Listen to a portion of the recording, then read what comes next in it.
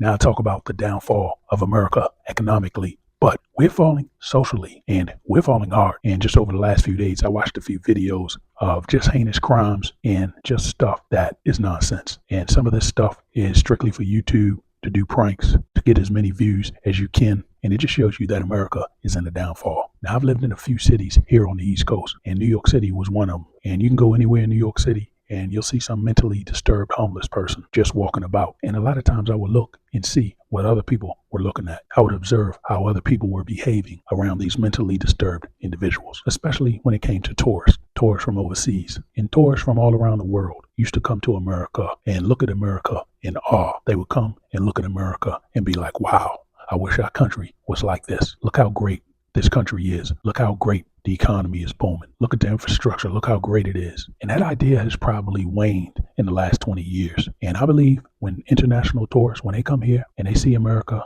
they're not looking at America in awe, in envy. They're coming to see this freak show, to see how crazy and chaotic America is. I mean, imagine coming from a country like Japan and just turning on the news one day here and seeing all this chaos, or going about your day one day in New York City and seeing all the chaos, all the mentally disturbed people. And you got to wonder, is America a laughing stock now to the world? Other countries have caught up with us infrastructure-wise, education-wise, and now they're surpassing us. Now, economically and militarily, they might not have the might that the U.S. does yet, but at some point they will. Because if you just look around, you just look at the stories that's happening, the people who need mental help that are roaming the streets, causing crime and chaos, it's not going to end well for this country. I mean, everyone now has a short fuse, and it doesn't matter what race, what age, what gender. You know, we just saw a story about a month ago where the older guy shot and killed the older woman Uber driver who he thought was scamming him. And we're just seeing nonsense